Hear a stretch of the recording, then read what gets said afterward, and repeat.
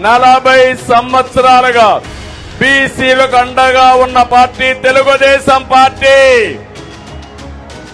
మిమ్మల్ని ఆదరించిన party Telugu Desam party. ఒక్క మాటలో చెప్పాలంటే మీ డిఎన్ఏలోనే తెలుగుదేశం ఉందని చెప్పి కూడా నేను మీకు తెలియజేస్తున్నా. అందుకే మీ రుణం తీర్చుకోవాలి. ఈ రోజు ఈ సమావేశంలో మీ రుణం తీర్చుకోవడానికి 10 సూత్రాలతో బీసీ డిక్లరేషన్ తీసుకుని మీ దగ్గరికి వచ్చాం.